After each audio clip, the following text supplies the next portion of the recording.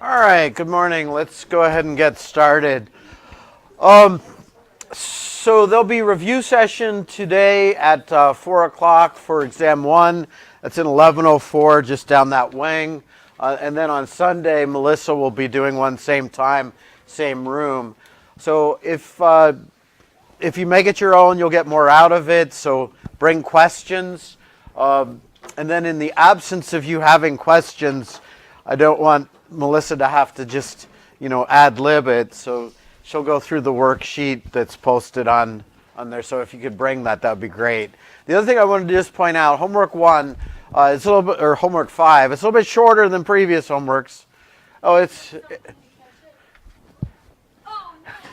just kidding. No, it's good. It's spread over far enough that that's not going to do it. And then we're going to hear that drip throughout anyway, so, thank you, though. Okay, so anyways, the first 2 questions on the homework are relevant to the exam. So it's really in your best interest to do those before Tuesday, okay? All right, and we'll be covering some aspects of it today, and then there's probably going to be a little bit of bleed over into Monday's lecture as well. All right, any questions about the exam before we move forward? All right, so if you want to know what the format's like, the best way that you can get that is to download the previous exams that are posted on Canvas. All right. So last time we met, we wanted to reemphasize the fact that the second virial coefficient is directly related to the interactions between 2 particles. So we showed that we could calculate the second virial coefficient using 2 relatively simple models. The first was the hard sphere potential, and we get that output. We see that sigma, that's related to the size of the particles, right? And then we took this hard sphere potential and made it a little bit more complicated, saying we're going to have an attractive interaction. That led to the square well potential. And then what we showed was that this does a pretty nice job at fitting experimental second virial coefficients. Right? From there, we went into our discussion of statistics. The thing that is most important for us to take forward from the statistics is that if we're talking about a discrete probability distribution, if I want an average value of a function, what I'm going to do is I'm going to take the probability of a particular outcome that I can observe, particular observable, times the fraction or the function at that value. Does that make sense? All right. So our examples were, if I want to know the average value of x, I'm going to take the probability of outcome j times outcomes j's value. Summation over all those values gives me the average. Right. If I want the average value of the square of x, I do the same thing with x, and similarly with variance. Right. And hopefully the homework that was due today gave you some understanding of that as well. Right. Make it a little bit more, what's the word for it? A little bit more accessible than the equations. Okay, so chapters 3 and 4, just a caveat up front, that material is likely to be new to most of you. It can be a little bit confusing, so you want to hit it hard early and make sure that you're grasping the concepts as we go through them, okay? The big picture that we're trying to do here is that we're going to basically look at the quantum states that are available to particles in a system. And we recognize that those quantum states are available will define the quantum states available to the entire system. And then what we're going to do is we're going to say we're going to pretend that we have a whole mess of systems, all in a different quantum state. And if I take the average of all those systems, then the properties will be what we expect to see experimentally. Does that make sense? All right. So that's the big picture, and that's why we needed to introduce some statistics. All right. We're going to be talking about energy levels. All right. And the thing that we want to point out, and we'll reiterate this, is that the energy levels themselves that are available to the particles, if you think back to chapter 1, are not temperature dependent. All right. They're due to the physical construct. So for translations, it was the size of the box and the mass of the particles, right? Temperature wasn't in there, right? So all of those energy levels are going to be independent of temperature. However, which of those energy levels are populated are directly related to temperature. If I'm at low temperatures, I expect to have only the lower energy states populated. Does that make sense? And as I increase the temperature, I've got greater kinetic energy available to the system, and I can have particles in higher energy levels. Does that make sense? Okay? All right, so that's important to keep that in mind. All right. The other thing that I'm hoping we're going to get there today, but you may recall from back in general chemistry, or probably in physics as well, with the kinetic molecular theory of gases, for an ideal gas, the average kinetic energy of a mole is 3/2 RT. How many people recall seeing that expression before? A few of you? All right. So we're going to show where that comes from over the course of the next few lectures. So today what we want to do is we want to introduce something called the Boltzmann factor.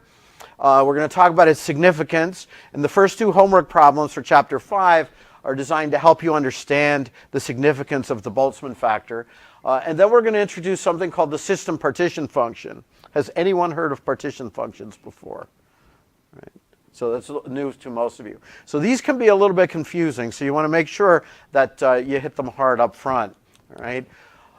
Okay, so what we're going to do is we're going to introduce those, and then we're going to move into our discussion of probabilities of being in particular quantum states. All right, and we're going to say how can we use that to determine macroscopic properties. And the first macroscopic property that we're going to look at is the energy of the system. Okay. All right, and then from there, well, some things that we need to know. All right. If I take the derivative of a sum, that's the same as taking the derivative of each individual component and summing them. All right. So we're going to be exploiting that today. All right. And that's just rewritten here. So the derivative of a summation of functions is the same as the sum of the derivative of those functions. Okay. We're also going to be doing the derivative of the exponential function. So you may recall from calculus, so you take the derivative of this.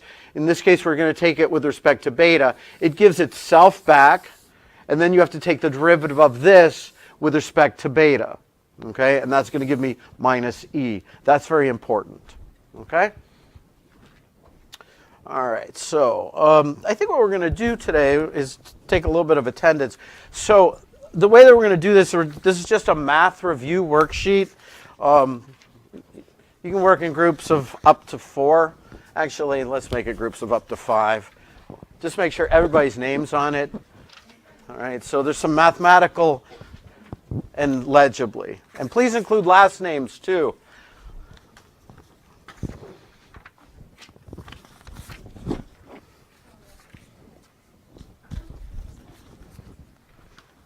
All right, so these are just some identities that we're going to need to know for this next chapter. All right, why don't we do it as a group to save a little bit of time? So if I have the exponential of x times exponential to y times the exponential z, that's going to be e to the what? X plus y plus z. We're not going to do this with the exam. This is just be today's quiz. It's going to be like this, all right? And then if I have e to the x and I take that whole thing and raise it to the z, that's going to be e to the xz, all right? All right? We're going to be using natural log functions, and we're going to see that there's that this makes lives really much more simple, all right? So I have the natural log of x to the n. That's going to be the same as the natural log of x, help me out, times n, right? Right? And then if I have the natural log of a fraction, the natural log of the numerator over the denominator is the same as the natural log of, help me out, minus y. All right? And then for completeness, I'm just going to include into this natural log of x times y is going to be the natural log of x, natural log of y, and how are they related? The summation. Okay? All right, so this is the hardest one on here. So if I said I was taking the derivative of the natural log of x with respect to x, the answer would be 1 over x. Now, because this is the derivative of the natural log of a function of x, it's going to be 1 over, help me out, f of x. And then I can't stop there, right? Then I have to take the derivative of the function with respect to x.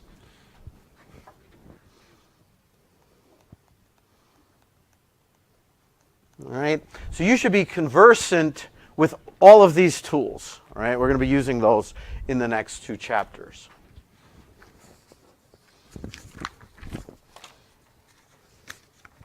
All right. Melissa, please remind me to collect the quiz. Actually, let's do this. Can you collect the quiz? All right. And then I have to ask Brian to remind me to give the quiz, otherwise it was pointless. Okay. In chapter 3, because the things that we're going to be using are new, I'm going to be a little bit repetitive, all right? And it's hopefully just to help you gain some familiarity with it, all right? We're going to be introducing the term e to the minus ej over kbt, all right? And we're going to say that's the same as e to the minus beta ej, right? So this is basically at the outset, we're basically telling you that beta is the same as 1 over kbt. So I'm going to put that in parentheses. 1 over kbt. Okay? You may recognize that we've used this term previously when we talked about the second virial coefficient. Right? Now we're going to see what the origin of it is. This is called the Boltzmann factor.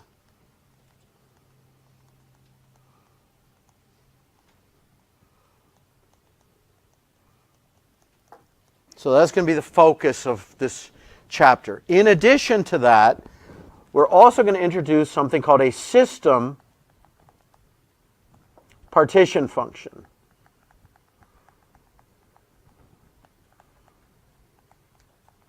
And the system partition function is going to be symbolized with a capital Q. Okay? All right. And the way that I'm going to approach this is I'm going to introduce these at the outset, and then we're going to derive them more explicitly a little bit later. But I'm trying to do a little bit of repetition because these things can be confusing. Okay?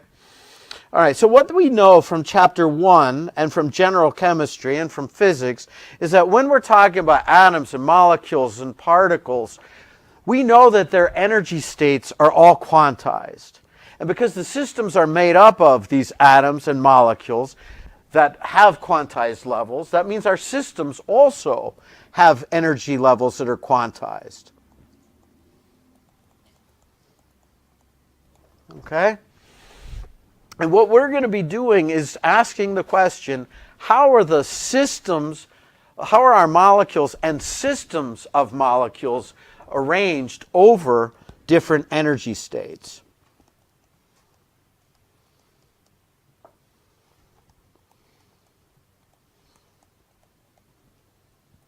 Okay? All right, so what we're going to show in hopefully today is that if we have a system that has energy levels available to it, E1, E2, E3, we can write the proportionality the proportionality for the probability. And it turns out that that probability is given by e to the minus beta E sub j, which we know is the same as e to the minus ej over kbt. Right? And I just want to make sure that we define carefully what that probability means. So that P sub j is the probability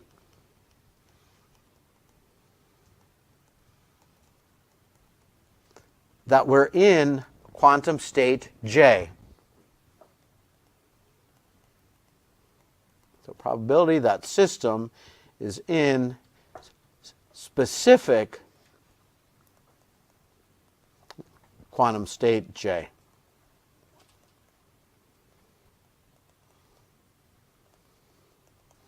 Okay?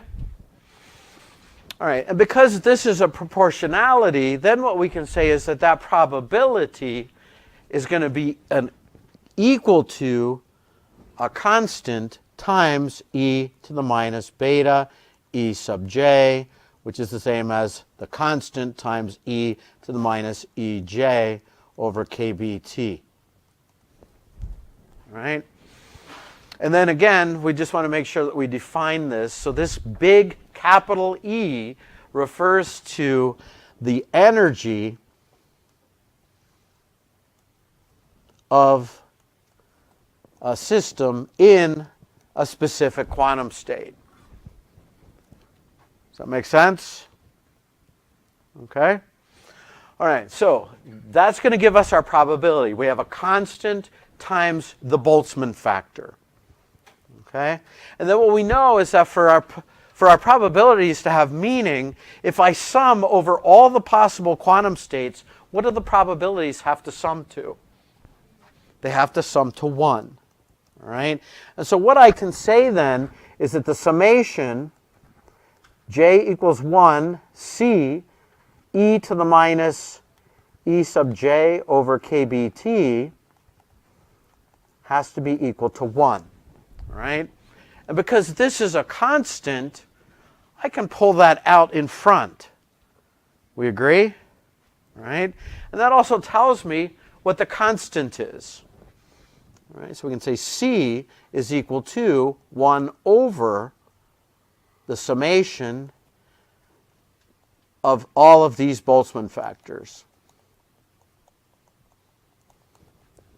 Okay? Does that make sense? All right. Okay, and then what we can do is we can come back to this probability and say, well, we've just determined what that constant is, so I can write the probability of being in a particular quantum state. That's going to be given by the Boltzmann factor, e to the minus ej over kbt, all divided by this summation of the Boltzmann factors. Okay? Make sense? Okay, so the thing we recognize then is that this C is what we've called the normalization constant, right? You guys calculated that on the homework. We did an example of a normalization constant for the normal distribution last time. So this is our normalization constant, the reciprocal of that. Yeah?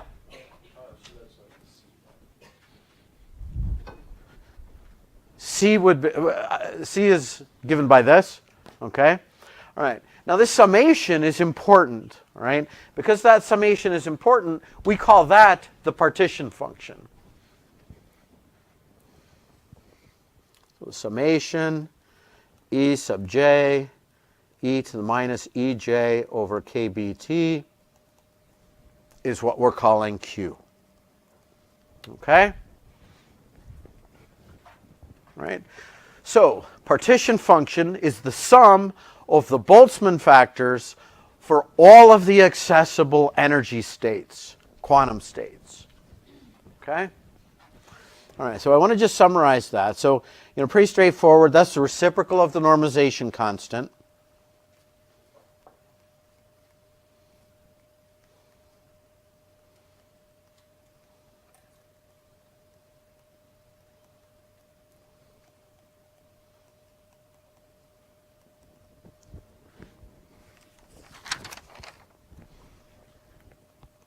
For probabilities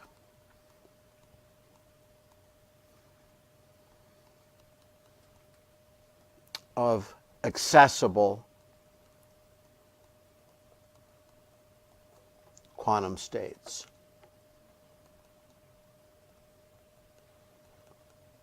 All right, we'll talk more about what we mean by accessible quantum states down the road.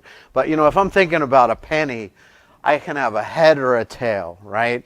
Now, there's a fleetingly small probability that when I flip a penny, that lands on its edge, right? But we know that that's not very likely, so we don't need to worry about that particular state, right? So if I don't have states that are accessible, I don't have to worry about their probabilities because they're fleetingly small, right? So this is, pretty straightforward. This one is what's of critical importance, all right? So the other thing that we're going to see about the partition function is that it can be used to calculate any macroscopic thermodynamic property. And that's huge, okay? So it can be used to calculate any macroscopic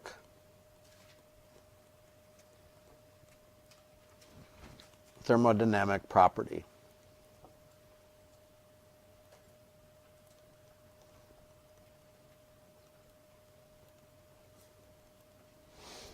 All right, and if you think about it, this is all based with the energy levels that we introduced into chapter 1, right? This is basically saying that we can start with basic principles, the molecular energy levels, and then we can calculate macroscopic properties on the basis of that, okay?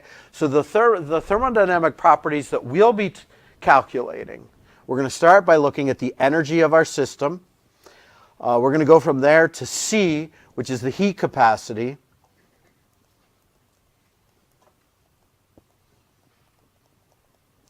We will also be using it to calculate the pressure of a system and the entropy of a system, right? So those are the ones that we're going to explicitly do. But the enthalpy of a system can be calculated this way. Any thermodynamic property, okay? All right, so in this next section, we're going to basically show where the Boltzmann factor comes from. So this will be... I'm going to put this in quotes, derivation of e to the minus ej over kbt, or e to the minus beta ej. Okay? All right, so basically, where does this Boltzmann factor come from? All right, so we need to talk about our approach. What we recognize is that if I have a macroscopic system, and this can be anything, this could be, a human being. This could be a block of lead, right? In order to describe it physically, I need to know the number of particles. I need to know the volume of the system.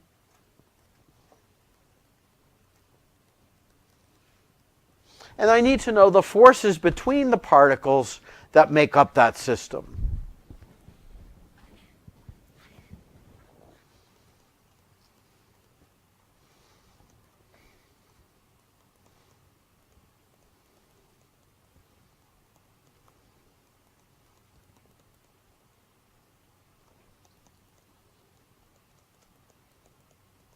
Right? And in principle, if I know the number of particles, I know the volume of the system, if I know the interactions, I can put that information into a physical picture and say, let's solve the Schrodinger equation for that. All right? Now, it turns out that that's not all that easy to do. All right? But in principle, one could do that. All right? So the energy of our system, so this will be energy of system in quantum state J depends upon number of particles, the volume occupied, and the forces between those particles. Okay? Now, we're going to be talking about ideal gases, and if I'm talking about an ideal gas, which one of those three concepts can I drop? What do I not have to worry about for an ideal gas? Forces between the particles, right? There are no interactions. Okay? And so if that's the situation, then it's going to depend on N and V only. See, I've been redundant there. And we can write E sub J depends on N and V. Okay? All right, and then the other thing that we recognize is that if we're talking about the particles that make up our system, the way that they contribute to the overall energy of the system is its simple summation. So I can say the energy of particle 1 plus the energy of particle 2 all the way up to En will give me the energy of my system. Does that make sense? Okay. Let me just write this little e sub I is particle energy. And in chapter 1, we've introduced what goes into those particle energies. So that's going to include translation, electronic, vibration, and rotational energies, right? And what we've seen is that these are all quantized. Therefore, this particle energy is going to be quantized as well, right? And because the particle energies are quantized, then we can say that our overall system energy is also going to be specifically quantized, right? Okay, so now up to this point, summation of these individual particle energies only works if I'm talking about an ideal gas. I'm ignoring interactions between the particles. But that's all right. We can still use this conceptual idea that we know we have quantized energies. We might not be able to do this summation like that for all systems, but we know that we're going to end up with quantized energy levels even in more complicated systems. Okay? All right. So then what we're going to do is we're going to say, how do I determine an overall average property? Right? So what I do is I pretend that I have a whole mess of different systems, right? So I have all these different systems. We call that collection of systems an ensemble. And we're going to use this capital A to refer to how many systems are in there. And because this is hypothetical, we're just going to assume it's some massive number, all right? And then we recognize that these systems are all designed to help us understand what we macroscopically will observe. So we choose these systems to all be at the same temperature, to have the same number of particles, and to have the same volume. So same T, same N, same V, all right?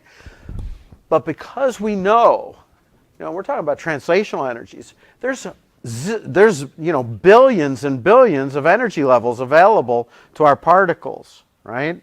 And so that really tells us that if I look at any given system at a given point in time, it's highly likely to be in a different quantum state than the neighbor because there's so many systems available.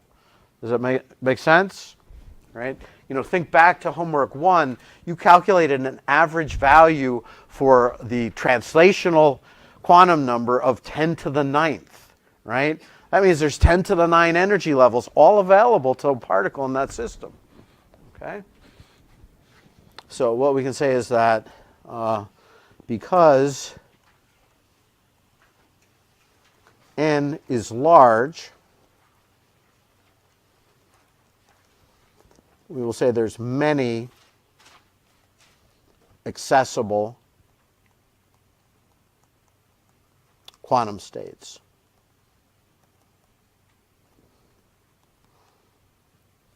Okay?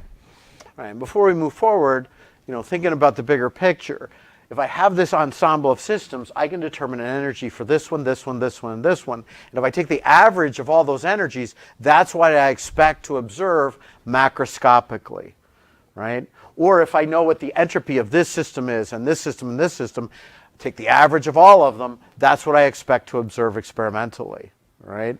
So that means we're going to have to apply some statistics.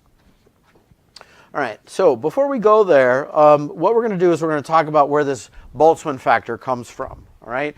So in this case, I'm just going to talk about having a very simple system. I've got 1 and 2 energy states available, okay? So I've got all these systems, and I'm only permitting 2 energy states for them, all right? So if you expect, let's say that they were at the same energy, 1 and 2. If they were at the same energy, how do you expect the systems to exist in those 2 energy states?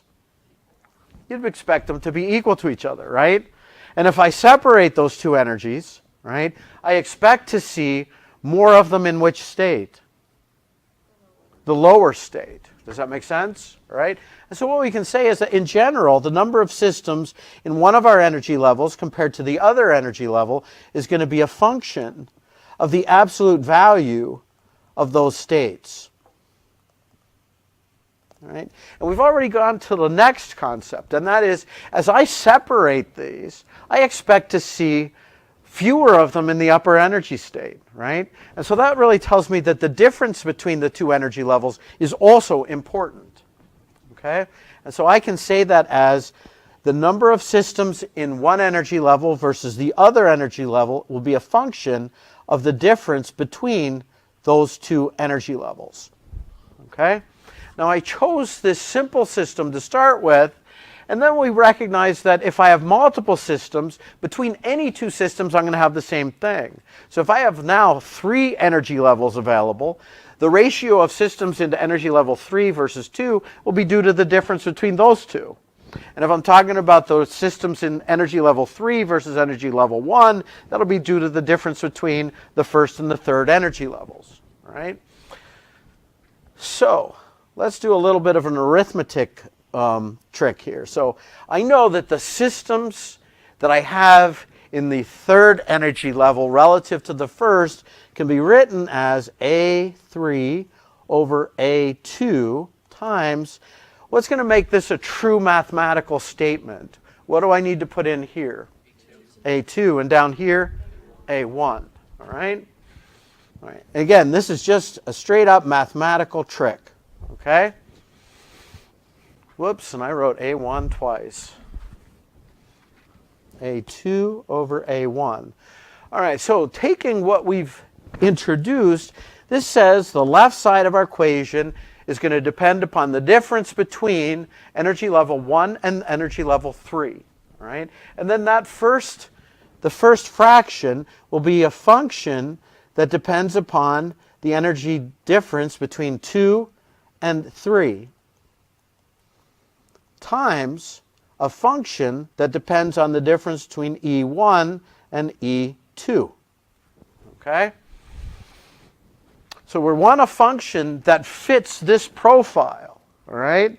And if you think about this and you step back, you say, the exponential function does that. All right? And that's what we show here. So this is my function of the difference between 1 and 3. So I've got a constant in there. So this is e to some constant, E1 minus E3. Now I put in my function between the second and third energy levels. That gives me this. Here's between the first and the second. And then if I multiply those, as we've done on the quiz, that basically becomes the exponential of beta times this summation. And we see that E2 cancels. All right? And so this gives rise to the Boltzmann factor. All right? That's the reason that it has the form that it does. All right? And so what I can say in general then is that the number of systems in a generic energy level m versus n will be e to the minus beta. This is where I always flip signs, and I don't want to do that today. E to the actually, let's do this step by step. E to the beta E n minus E m, right? And then I can write this as a fraction of e to the minus beta, e to the minus beta, e sub m over e sub n. Okay? All right? So this is basically, we've just replaced this with generic levels, all right? And then I've separated this out into a fraction. At this point, people often ask, well, why did I choose to use these negatives? You know, I could have flipped it, and it would have been positive betas. And that's important, all right?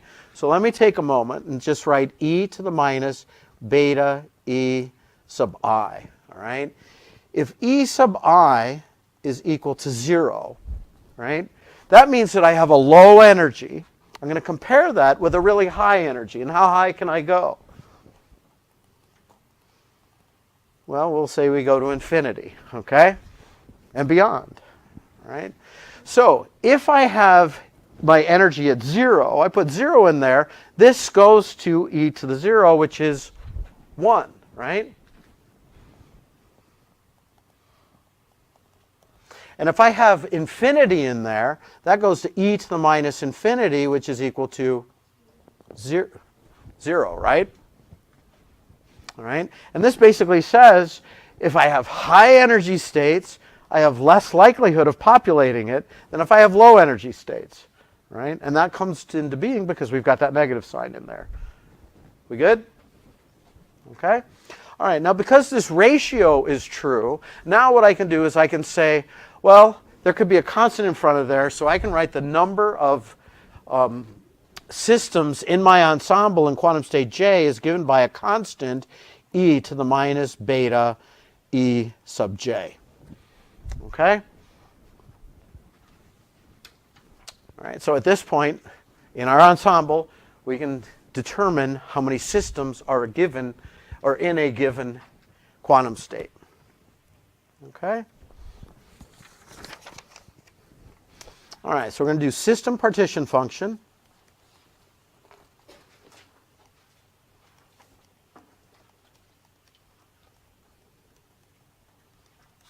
Which is capital Q. And we're going to find out the meaning of C. And we've introduced this term beta in justifying the exponential in the Boltzmann factor. So we want to talk about those. All right? Okay, so what we can do at this point, we've just shown that the number of systems in a given quantum state is going to be given by this C times this Boltzmann factor. Now, if I sum over all of these, that's going to give me C times this summation, all right? And we know that the sum over all of the systems that are in my ensemble is this capital A, okay? All right, so what I can do is I can rearrange this, say C is equal to this summation over this summation. That goes to the number of systems in my ensemble divided by this summation. We good with that? Okay, now that's a C, right? That's our constant. So we can take that constant, plug it back in there, all right? And when I plug it back in there, I end up with this relationship. So the number of systems in a given quantum state are given by total number of systems times this exponential factor, the Boltzmann factor, and then the summation. Okay, all right. Now a little rearrangement of that. I say the number of systems in quantum state J versus the number of systems in my ensemble. Well, if I choose the ensemble to be really, really large, approaching infinity, that's going to be the probability of being in quantum state J. Does that make sense? Okay, so that equals probability of quantum state J, and that is given by e to the minus beta e sub j over our summation j equals 1 and all of our Boltzmann factors. Okay? All right, so this explicitly shows where this probability comes from. Okay? Then we've said this summation of Boltzmann factors is the same as our system partition function. All right? And then what we can do at this point is just state beta is the same as 1 over kBt. Now we haven't proved that beta and kBt, the reciprocal of kBt, are the same thing. That we will do down the road. Okay? All right. So now we have two important equations. That is, the probability of being in a given quantum state will be given by e to the minus beta e sub j over q, right? And then if you think about q, we see that it's a summation of these Boltzmann factors which depend on the energies, and those energies depend on the number of particles and the volume, all right? So n and v. And because the exponential factor has a beta in it, it is a function of beta as well. Right? And that's in terms of beta. I can write the probability in terms of number of particles, the volume, and the temperature, e to the minus ej over kBt, divided by q, partition function, n, v, and t. Right? These mean exactly the same thing. You would choose to use the one which is mathematically most easy for you to use. Okay? And we'll see that using beta at times is going to be important. Okay? All right. In this next section, what we can say, what we will show is that the average ensemble energy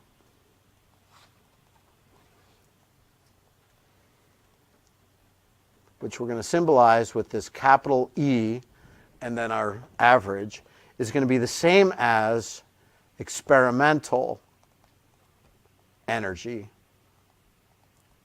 And to indicate the experimental energy is different from our ensemble energy, then we're going to introduce what you've seen previously in general chemistry, U, to mean total energy of the system.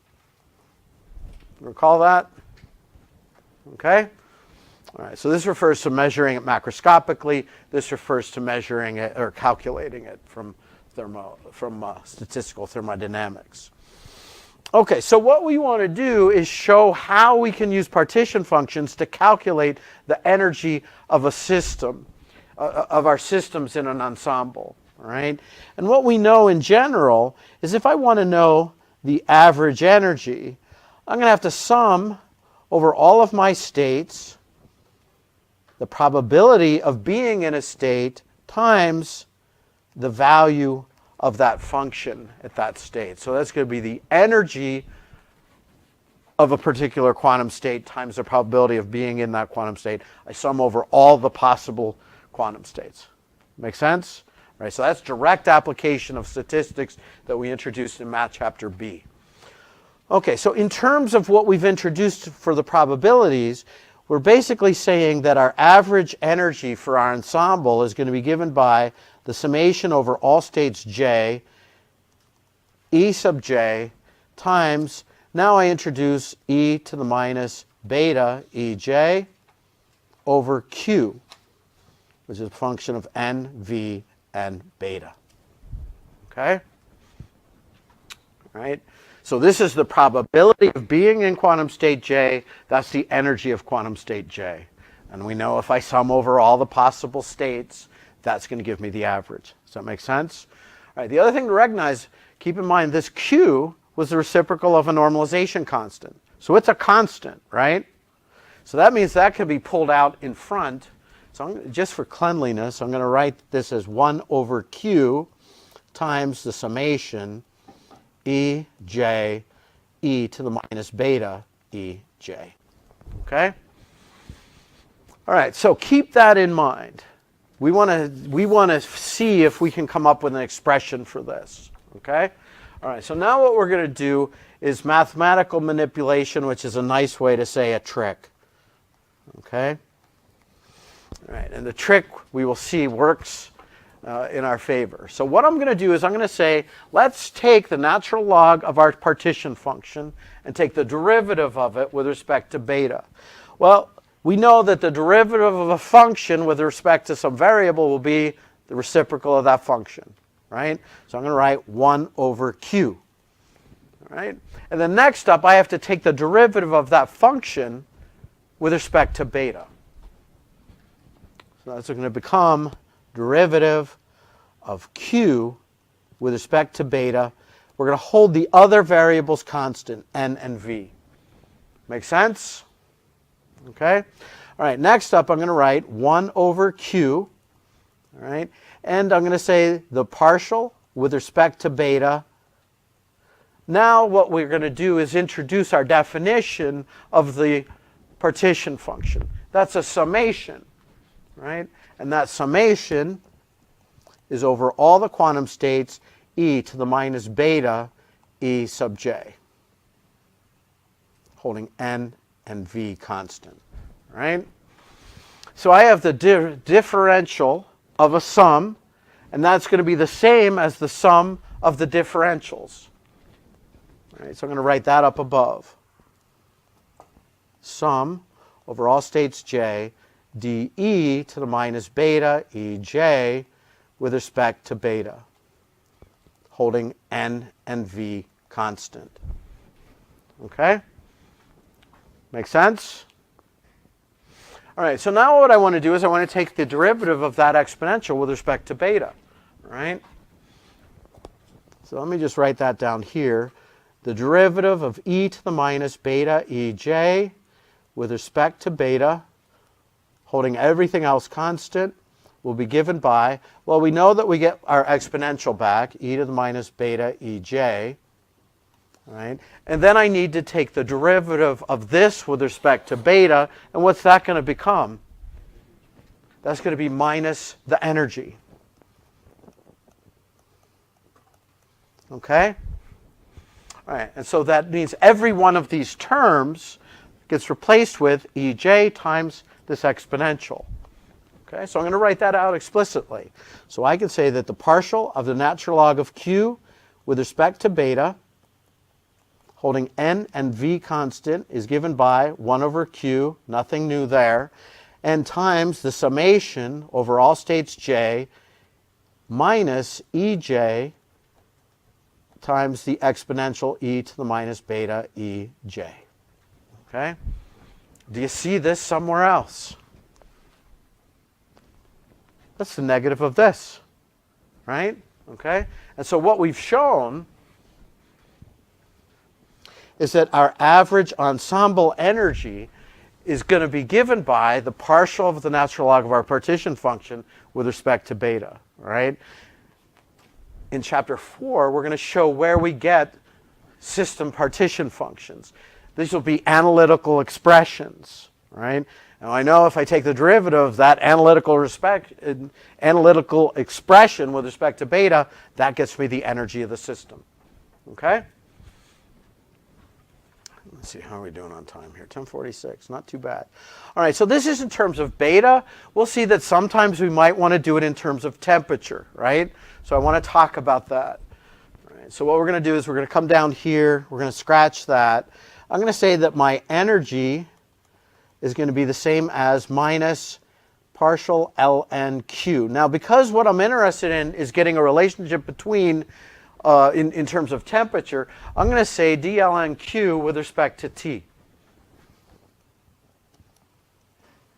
I'm going to hold n and v constant, right? And if I want this overall to be the same as this term up above, what do I need to have here?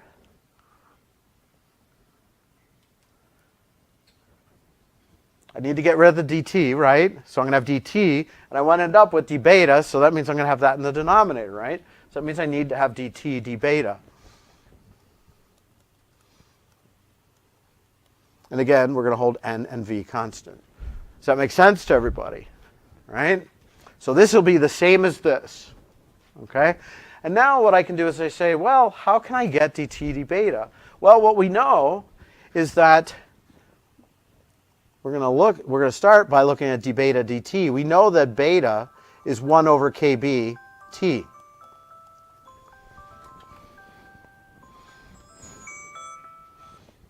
Okay?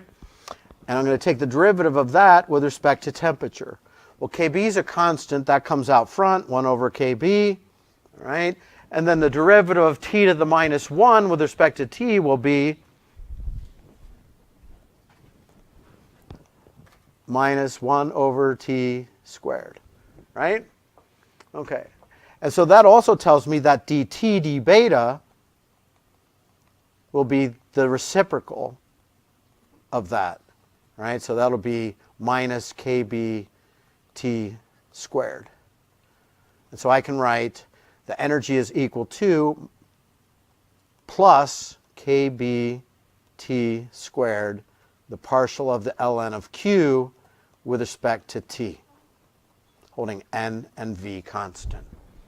All right, so I've just substituted that in for this. Negative of the negative becomes a positive.